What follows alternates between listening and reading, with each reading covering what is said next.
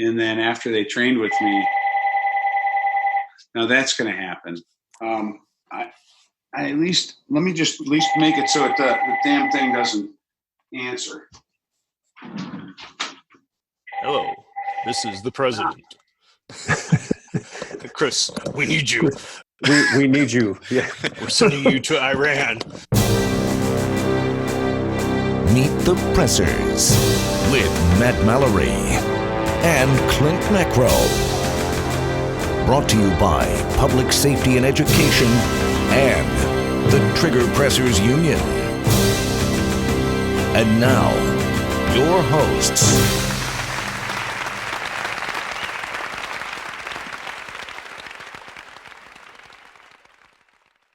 This episode of Meet the Pressers is made possible with the generous support of thelawofselfdefense.com, Nikon, Shooter Technology Group, ASP, Saber Red, the Safer, Faster Defense Responder 2.0, and Lee Armory. Thank you. Welcome to Meet the Pressers. I'm Matt Mallory. And I'm Clint Macro, and today our special guest is the legendary Chris Cerino. Chris, how you doing, buddy? Welcome to the show. Hey, man, thanks for having me on today. I really appreciate it. Yeah, I don't know if you remember, but last year during the NRA World Shooting Championship, we sat down together every morning and shared Hotel Bacon. I do remember because I was just there about 2 weeks ago, and as soon as you came on, I was like, oh yeah, I remember that guy, the bacon guy. It's the Baconator. That's what I'm gonna call you, Clint, the Baconator. Yeah, sure. I'll take it for a little bit. October was a blur for me, so it all kind of spilled into different things. But yeah, it's only been like a week and a half. It was my best finish yet, but I finish in the top of the pros, and I don't practice. I don't practice any of that stuff. I just go there to shoot it because I think it's fun and cool. It's performance on demand. Nice. Cool. And it is all about pressing triggers and figuring how to make things work. And I did pretty damn good.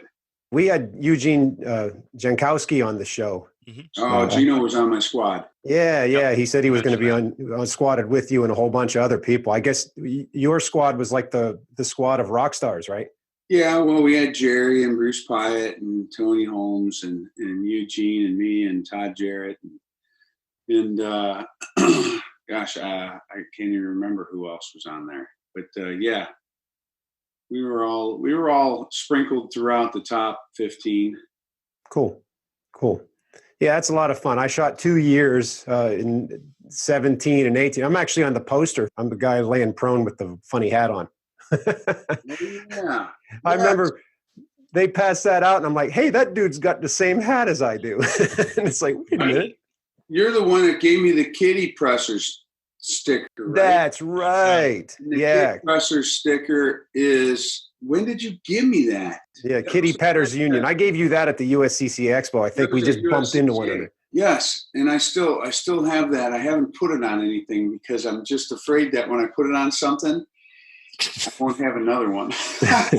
Well, I tell you what, dude, I'll send you a few. How about that? Oh my gosh, yeah. I love those stickers, and I tell you what, the idea that you came up with the Trigger Pressers Union is really just a good thing, because if you can't press triggers, then you're not a shooter.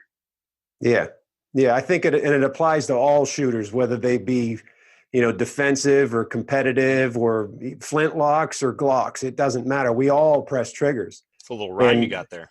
And the union part of it is, we all need to kind of support one another, whether it be just for the betterment of the sport or to protect our Second Amendment rights. So that's the whole union aspect of it. And I'd like to say that I think, at least with all the people I've come in contact, we when we work and train and compete together, we all become part of the union.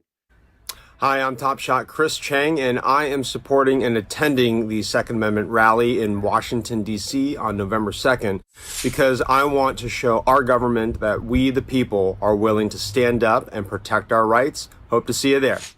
I'm heading to the Second Amendment rally in Washington, D.C. in 2 weeks to show my support for our rights under the Constitution. Our rights under the Second Amendment are under attack across this country, and I don't think that we can rely on any one organization. I think it's important for us as individual gun owners and Second Amendment supporters to speak out when we can and educate those around us.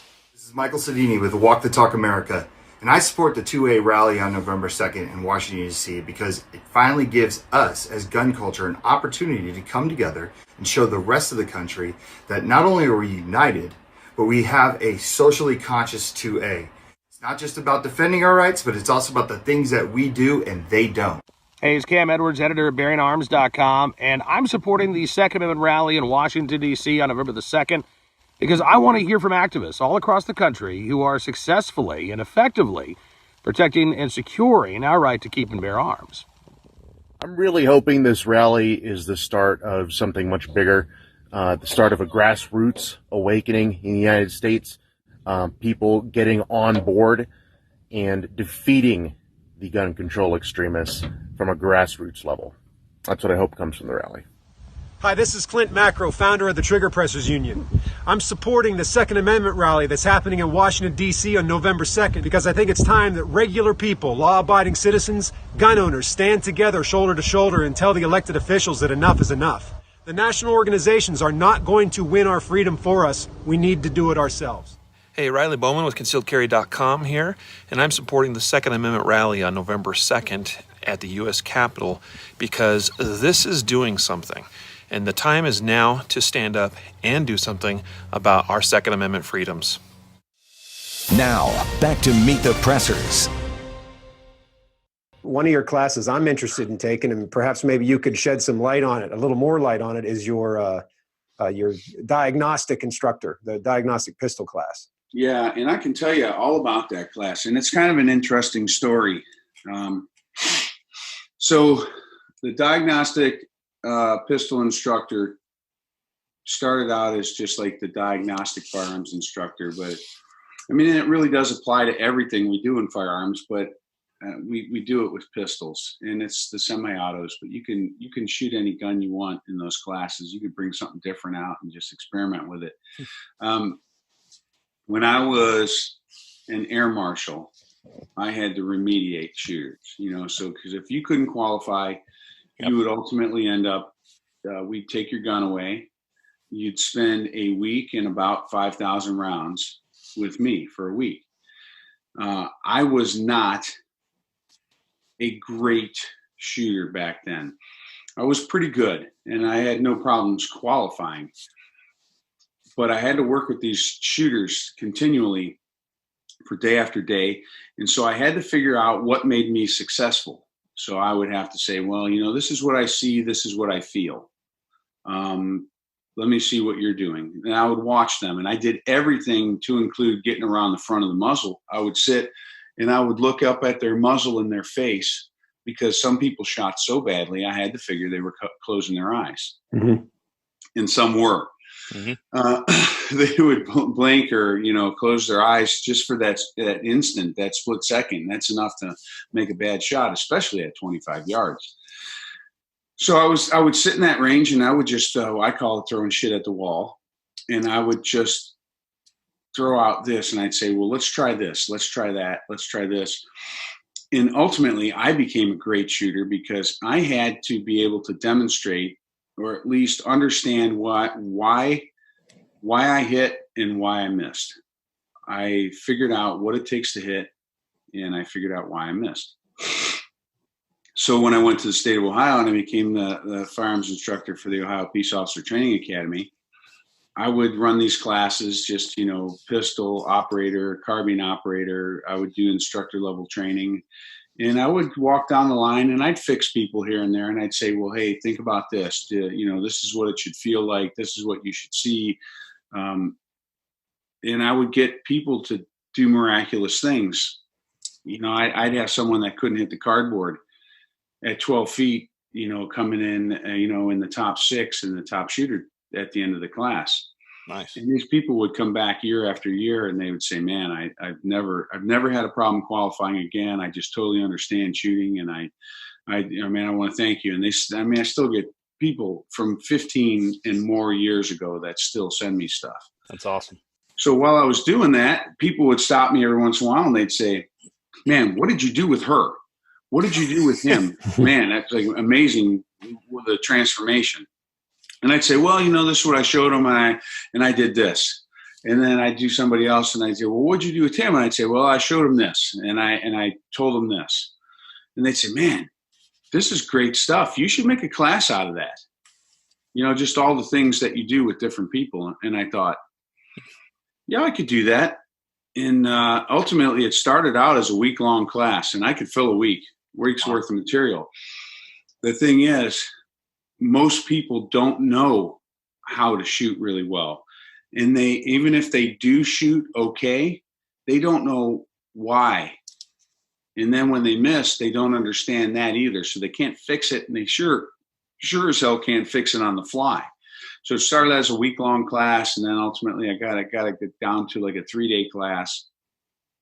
And that's just where it's at. So now I run a 2-day for civilians, because civilians, they can't get more than 2 days to train.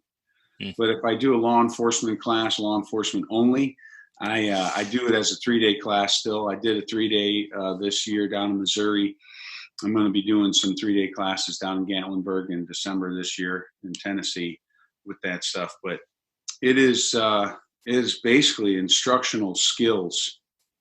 I teach people how I do things on the range, why I do things on the range, everything from why I say, okay, shooters, go prepare your magazines. Prepare your magazines with 12s. Prep your mags with 12, rather than say load your magazines. I'm a big fan of that terminology too. Yeah. And I'll tell you what, if you tell somebody to load something, yep, you're going to hear slidey crack. Unracking behind you on the line. Yeah, that's for sure.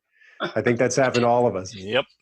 Everything from how I shoot demos and why I shoot demos on an angle. I shoot them at a 45-degree angle, and I change from this side to that side because depending on what I want people to see, I want them to watch my hands, I want them to watch my eyes, my head, whatever it is they're looking at. But I certainly don't want them to look at the target. And there are actually times, and I'll tell, things I talk about, like I don't pull the bullshit of shooting into the berm, because I can actually shoot, and I want people to be inspired by what I'm doing and the finished product, because you have to worry about the process, not the result when you shoot, because after all, you can't control anything past the end of the muzzle. And once the bullet leaves it, if you haven't focused on the process, the result's not going to be right. So I talk about all that kind of stuff, and I still shoot a target. And there are times when I will tell them I'm shooting into the berm. I'll say, I'm going to shoot into the berm. Just watch me. And then I'll actually shoot the target. And I'll say, and by the way, I shot that target at right there. And they'll look then and they'll go, oh, wow, that's pretty good shooting. Because you have to inspire through your performance, through your words, through your things. And that's what the diagnostic instructor is all about. And people that come to that, if you want to be a trainer, if you want to, even if you don't train somebody else, at the very least, you're continually teaching yourself. Hey everybody, it's Alessandro Padovani from Safer Faster Defense, and I'm watching Meet the Pressers with Matt Mallory and Clint Macro. Don't miss this episode, lots of good information, and don't miss the next one either. Stay safe, guys. Meet the Pressers. When you build a house, your foundation has to be done correctly. We do certain things about foundations. We pour the cement the right way. If we have a basement, we dig it down to virgin soil, because stuff has to be settled. It has to be packed in, because no matter how beautiful your house is, if your foundation is built, on a crappy foundation, if your house is built on a crappy foundation, it is going to crumble. Well, shooting is the same way. If you don't have solid fundamentals, and I believe in 3 things. First and foremost, not foremost, but number one is weapon manipulation skills. Can you work the gun? Can you manipulate it properly? And can you do it almost on autopilot, which you should be able to? 2 is gear manipulation. Can you work with your gear? And that means like slings and holsters and everything else that accessorizes your guns and your shooting. And the 3rd thing is fundamentals marksmanship. With those 3 things, that is your foundation. And that's why I succeeded, and that's why I did well in Top Shot, because I've always had a good idea. Like, I can pick up any gun and I can make it work. I may not be able to do it quickly because certain triggers are just not appropriate for shooting quickly. But you can make it work. And I tell people all the time, I'm like, listen, if your foundation is not solid, anything you put on top of it will crumble when the storm comes. Mm-hmm. Everybody wants advanced training. Well, there is no advanced training. There's advanced applications of the basics. And it's just basics piled upon basics upon basics. And sometimes you're doing more than one thing at a time. We do reload drills, or we do team drills where we get SWAT guys standing next to each other and shooting a little bit of movement and some communication, and they fall apart. They look like a turkey noodle hoagie, a soup sandwich, Let's make it even worse. Let's put it on a paper plate. It's choking through, it's poking through. It's just a mess. But then I stop them and I have a come to Jesus talk, and I say, okay, so what do we got here? We have a presentation with the rifle. Is there anything advanced? No. We've got one or two hits on target. Anything advanced there? We've got transition from the rifle to the pistol. So there's a presentation with the pistol, basically. I mean, you call it a transition because all we're doing is not using the rifle. Anything advanced there? No. Okay, then we've got some communication. We want to let somebody know that we're down, that we want to get our rifle back up and running, and we have to do that. Anything advanced? No. But man, you pile all these basic things together, and they just fall apart. Mm-hmm. They can't even work their way through it until we have that come to Jesus talk, and we talk about how basic it is, and then all of a sudden it becomes, oh yeah, I can do this. I think a lot of times people don't. I use the analogy when you started saying building the foundation of a house, it hits home with me because I always talk about the grip as being the foundation, right? You get that initial foundation, and then from there you put the wall in. Well, if that foundation isn't stable, and it makes that wall crumble. So I use that mentality to give people that don't know anything about guns how to get that proper grip and make sure they got that 360 degree grip around that gun. Right. So that's hits right home. Well, I think your example too, that's application of skill in context. So each individual skill that you were talking about, some people just go to the range and pop 20 rounds into a piece of paper, and maybe they get proficient at just that individual skill. But then when you put them together in the context of how we might be using that firearm in real life, whether that be in a law enforcement capacity or, coming from concealment, moving laterally as a civilian, we start to see the wheels fly off. We get a lot of people that come to classes, and everybody wants advanced training because they've all got their CCW. What we find is that these shooters are people that have really only understand how to discharge a firearm in a safe direction, mm-hmm. in a controlled environment. And so they do is they go to the range, they load a gun, they pick it up, they shoot it, they discharge it in a safe direction towards a target, and then they set it down or they load it again or anything, but they're not shooters. And as far as for their wife, who's also a shooter, and there's nothing wrong with this, it's just that they don't know what they don't know. Right. There's Mm-hmm. those 4 levels of competence, and this is what they don't know what they don't know. So then they say, well, my wife's a shooter. Well, it really ends up being this. Here, honey, take this. And maybe she puts a magazine in it and charges it, but probably not.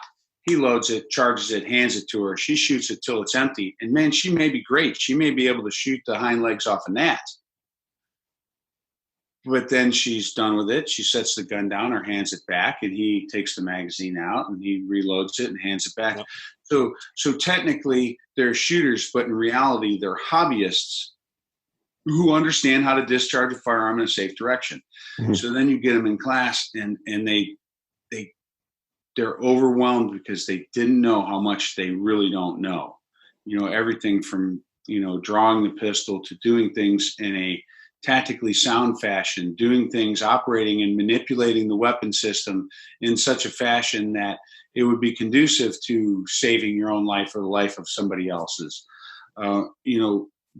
Moving towards that unconscious competence. Think about driving your car. You go to work, you go to church, you go to school, whatever, you're done and you drive home. Have you ever pulled in your driveway and been like, I don't even remember driving home? That's how we want to be with the firearm. We want to do it so many repetitions that it just becomes second nature to us. I use that analogy all the time because driving a car, it's like the sights on the pistol become subconscious. And I've trained a lot of killers. Okay, I've trained a lot of people that have been in shootings. I've trained everybody from the lunch lady at the high school or the middle school to Ranger battalions, and I've trained a lot of people who've been in shootings. And I've also had a lot of people in my classes that have killed a lot of people. And there are some that would say that I never saw my sights. Point shooting is based on a motor program, and point shooting is best done with the gun somewhere in front of your face. Because I can guarantee, well, I'm going to point at the camera there. Now, I can guarantee that I'm pointing right at the camera. I don't need sights on my finger to know that I'm pointing at that camera, but I do have some reference of my finger to the camera. It is not down at chest or chin level. These guys, these old guys would come back to me after a little while and they'd say, you know what? I think you got something, Cerino. I think I did see my sights. I just really don't think about it because they were trained to see what they need to see and fire the gun. You know, the trigger is no different than the brake. Just because we touch the brake does not mean that we have to use the brake. Nice. I like that. Just because we come even into the brake to where the brake lights come on doesn't mean we're braking yet. That may just be a signal to someone behind us that, hey, there's a herd of deer up here alongside the road. I just saw one shoot across, and I'm thinking about braking. And just because I begin to apply the brake to brake doesn't mean that the car is going to stop now. I control that. And people, the problem is we talk about trigger, and it's like, well, you don't touch the trigger until your sights are on target and you've made a conscious decision to shoot. Well, until your sights are on target and you've made a decision to shoot. Well, if you don't touch the trigger until your sights are on target and you've made a decision to shoot, I've already made the decision to shoot before the gun came out of the freaking holster. Sure. So if my presentation sucks, yes, I have no business touching the trigger. But when I see trouble ahead and I see traffic ahead, you bet your sweet bippy that my foot is off the gas and to the brake, whether or not the brake lights have even come on or the braking action has even started. That's a good point. Is all based on what I'm seeing in front of me. And I operate the trigger based on what I'm seeing in front of me. And that means how much sight picture I need, how much sight alignment I need, the distance to the target, the size of the target. My trigger finger operates within those parameters. But so many people change their focus from sights. They say, okay, there it is, now trigger. Well, when you've changed your focus to trigger, you have changed your focus and you have no idea what you saw in front of you, even though you would swear on your mother's grave that you were looking at the sights and you had a good sight picture when the gun went off. You've changed your focus nonetheless. When the trigger finger is a feeling, the sights are something I see. So I ask people all the time, I'm like, what do you see? What did you feel? Because when you're shooting fast and you're competing, if you didn't see something right or you didn't feel something right, before you even get a reaction out of the target, and sometimes you don't because it may be paper, you send another one based on what you saw, what you felt. But people don't understand that yet. And that's the higher level of shooting, and that's part of the diagnostic class also, and that's also part of my standard training. I mean, I teach people to fish. I do not bring them in, hand them a fish, pat them on the back, and say, "Yeah, that was pretty good," and then send them home. When we were kids, how do we play cops and robbers? Somebody shoot me, right? And this is obviously a class nobody has guns because they don't have a pistol license yet. And then they do this, and I'm like, okay, well, that's relating the known. Everybody knows what that is. Well, unless you're wealthy, you might have a double barrel, but typically, most people know what that is. And then you go to put your hand on that firearm, right? My cert's not right here, but and you go in, and now your finger's up away from that trigger. So that's how, when you're grabbing that firearm, if you're grabbing it like this, it's gonna mitigate the chance of you being able to put your finger on the trigger, or grabbing it like this, which I see people do, and then obviously that foundation's off once they bring their finger up, and yada yada yada. High in the back strap when you put your finger along the frame like that. Yeah, it keeps Most it nice people, and tight. when they don't grab a gun right, their finger just kind of drifts around the trigger. I've seen them guard. like hold it outside the trigger guard like this, and it's like, how, that's not comfortable, and nor is it stable. No, and it's not right. And you're 100% spot on with that. I'm stealing that. No, go for it.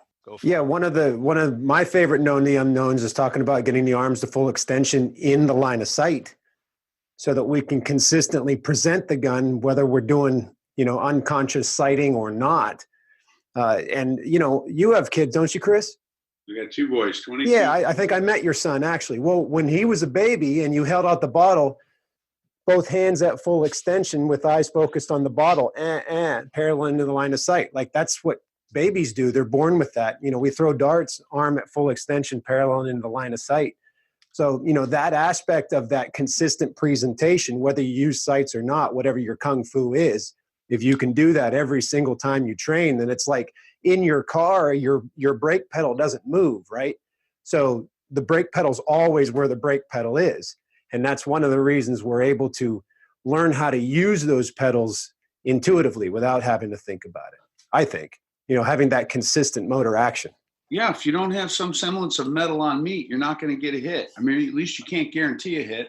I mean, you could practice. Anybody can practice hip shooting or 3/4 hip shooting or, chest or chin level shooting. You could practice that in a static environment and you could get hits. I mean, we've all seen Taron Butler shoot a plate rack down from the hip, and he does it in less than 2 seconds. Angelina Jolie can make the hits doing this kind of stuff too, right?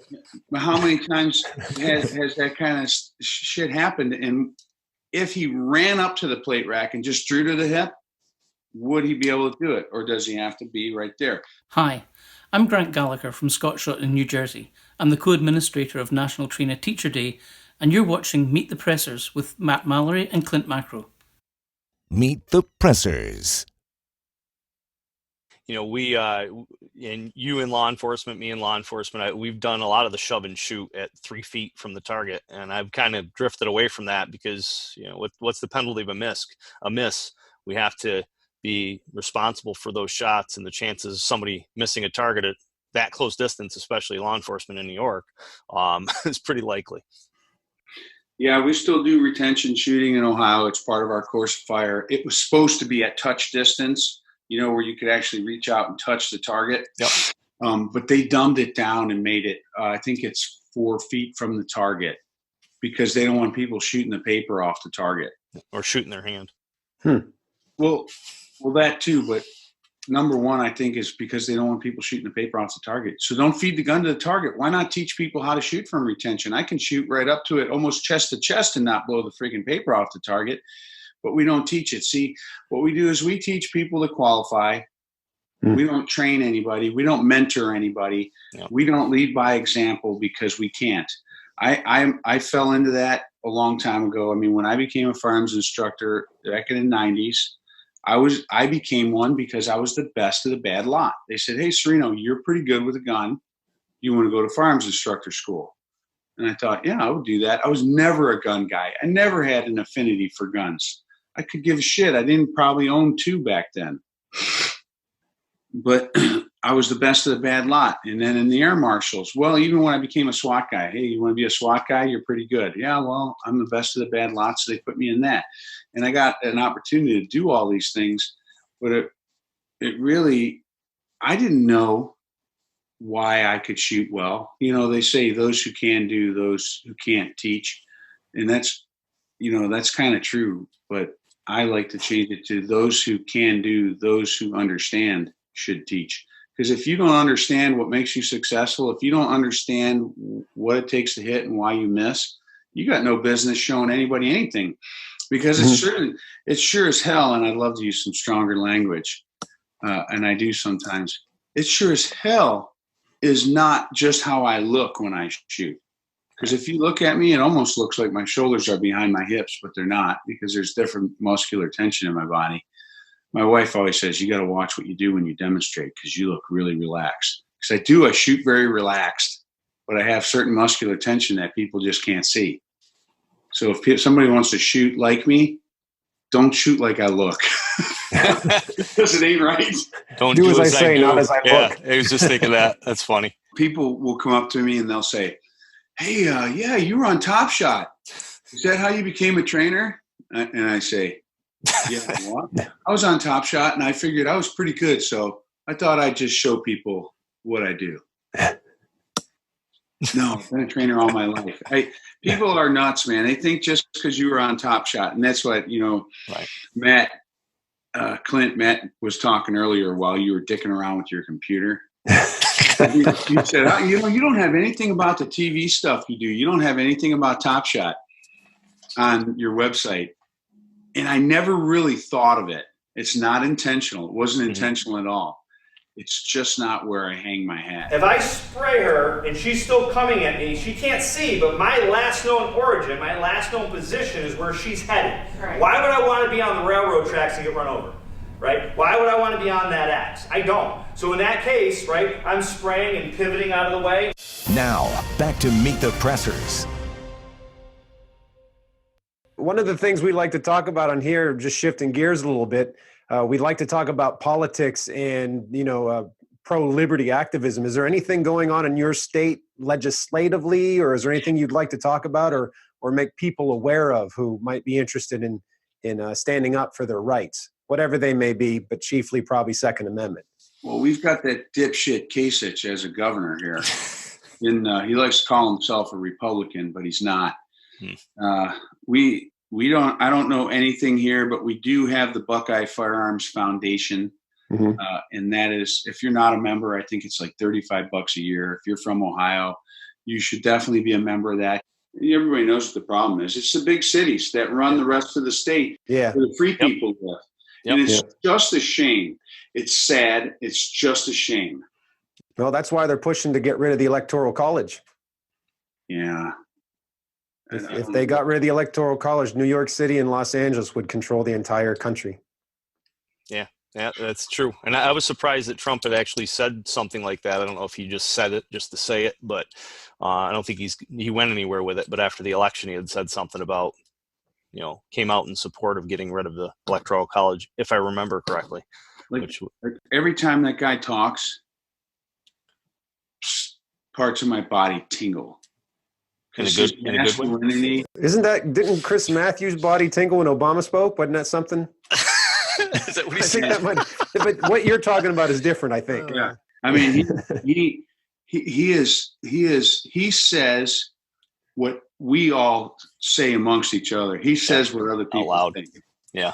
Yeah. And I'm sorry. I don't know if people, and I still got friends that are pseudo-conservative. They call themselves conservatives, but they say, I just wish you wouldn't say certain things. That my father will say that. My dad's a huge conservative. He's like, yeah, but he always says this stuff. He shouldn't say half of this stuff. And I say, you know what? Who effing cares? I think it's fantastic. And I still stand with him. And if somebody shies away from him because of something that he says, because they think he's too abrasive or that he's not pensive or thoughtful, well, then I guess they're not really a human either, because we all think that stuff.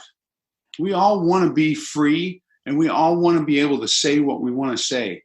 Just because I tell an off-color joke doesn't mean I'm a racist. Back in the day, we made Polish jokes, Italian jokes. I don't even remember a black joke.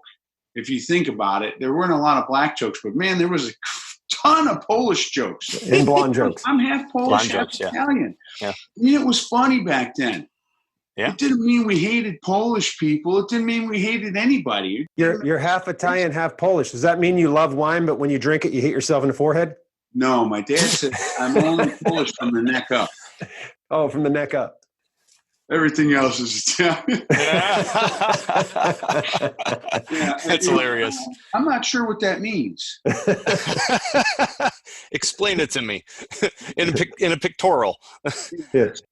So it's like, it's just, man, can't we just all be human again? Yeah. Just be fun. It's just been too, everybody's feelings get hurt. I mean, they're always talking about bullying. Well, what are they doing to the president now? Do I agree with everything? No. Bump stock being banned, that was bullshit. But it's like, you're not going to agree with everybody all the time, but to make it your life goal to destroy a sitting president just because you don't believe in them. I mean, imagine if everything the Republicans did, if everything the Democrats are doing now, the Republicans did to Obama. Oh my God. They're racists, they're anti-American, all this stuff. Yeah, they're every day beating him. Because he was black. I mean, it just wouldn't have flown. Any of it wouldn't have flown. And that's why they didn't do it, is because he was black. And then people talk about, racism, like, well, they equate being prejudiced with racism. Well, being prejudiced isn't a bad thing, because when you look up the definition, it means to prejudge. If you don't prejudge what comes into your environment, you're going to end up too close to something that could be potentially dangerous to you. Hello, I'm John Evelyn, director of the North American CWD Project. You're watching Meet the Pressers with Matt Mallory and Clint Macro. Meet the Pressers. Awesome having you on, Chris. Really appreciate you taking the time. And thank you for giving me some info for my guns.com article coming out, the Ultimate 3-Gunner. So, Yeah. Well, while we're throwing around, thanks for being on the show. Definitely. Thank you, Clint. It's good to see you again. And thank you so much for your kitty petters union. I'll make sure I get a mailing address off you, and I'll send you some more. Yeah, very good. Thank you so much. Yeah, no problem. All right, guys. Stay safe, brother.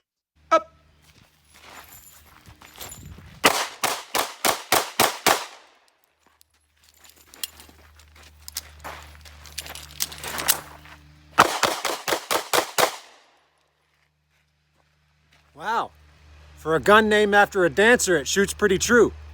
Meet the Pressers. We have a lot of sponsors that made this show possible. Make sure you check them out and give them your business. Perfect. Good. All right. This episode of Meet the Pressers is made possible with the generous support of thelawofselfdefense.com, Nikon, Shooter Technology Group, ASP, Saber Red, the Safer, Faster Defense Responder 2.0, and Lee Armory. Thank you. Hey, ladies and gentlemen, Matt Mallory of Public Safety and Education, aka PS&Ed. Our Second Amendment is being infringed, and we need to rally big time. November the 2nd in Washington, D.C., Second Amendment rally. Be there or be square. Let's tell these politicians what AR really stands for, Armalite Rifle. Even though we love America, it doesn't stand for American Rifle, and we hear it come out of their mouths all the time, assault rifle and automatic rifle, and it doesn't stand for that. So let's rally in Washington, D.C. on November the 2nd for the Second Amendment rally, and make this happen. Show our politicians that we are still in force and that we'll take them to the toll at the poll booth. Stay safe, shoot straight.